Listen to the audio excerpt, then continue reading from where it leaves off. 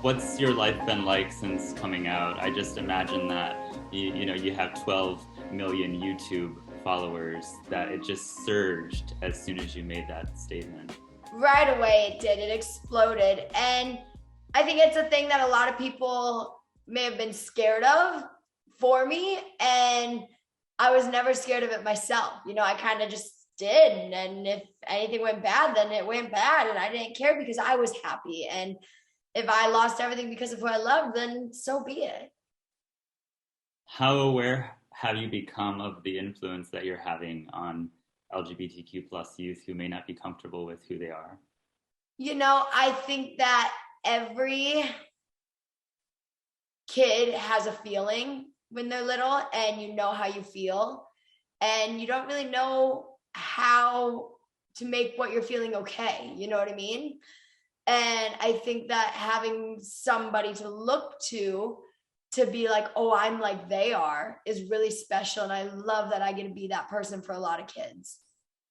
What advice do you have? I mean, you're still young. You have a lot of years ahead of you, but I'm sure that you've learned a lot, even just in being out in such a short period of time. What advice might you give to a queer person who's really struggling with that? I would say, if you did it a month ago, would you regret it? And depending on the answer, I would hope the answer would be no, because I think sometimes just in the moment it's scary. But think, if you would have done it a month ago, would you be okay with it today? And hopefully that answer would be yes. And then I would just say, so that's how you'll feel in 1 month. What was the scariest part about it for you, JoJo, but also for you, Jess? Honestly, there was nothing scary about it for me. I had zero fear with coming out. For me, just like the unknown. Like, I didn't ever want to say the wrong thing to JoJo. Yeah.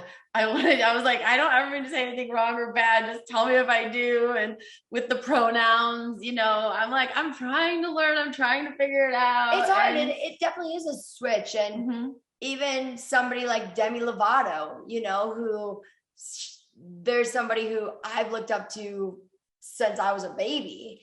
And, Demi came out as non-binary this year.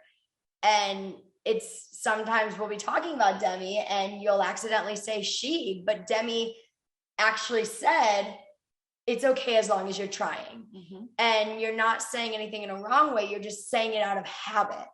And then if you correct yourself, even just now when I started talking about Demi, I went, they, like, it's like it takes a second sometimes to adjust. And I think something about nowadays is it's okay as long as you're trying.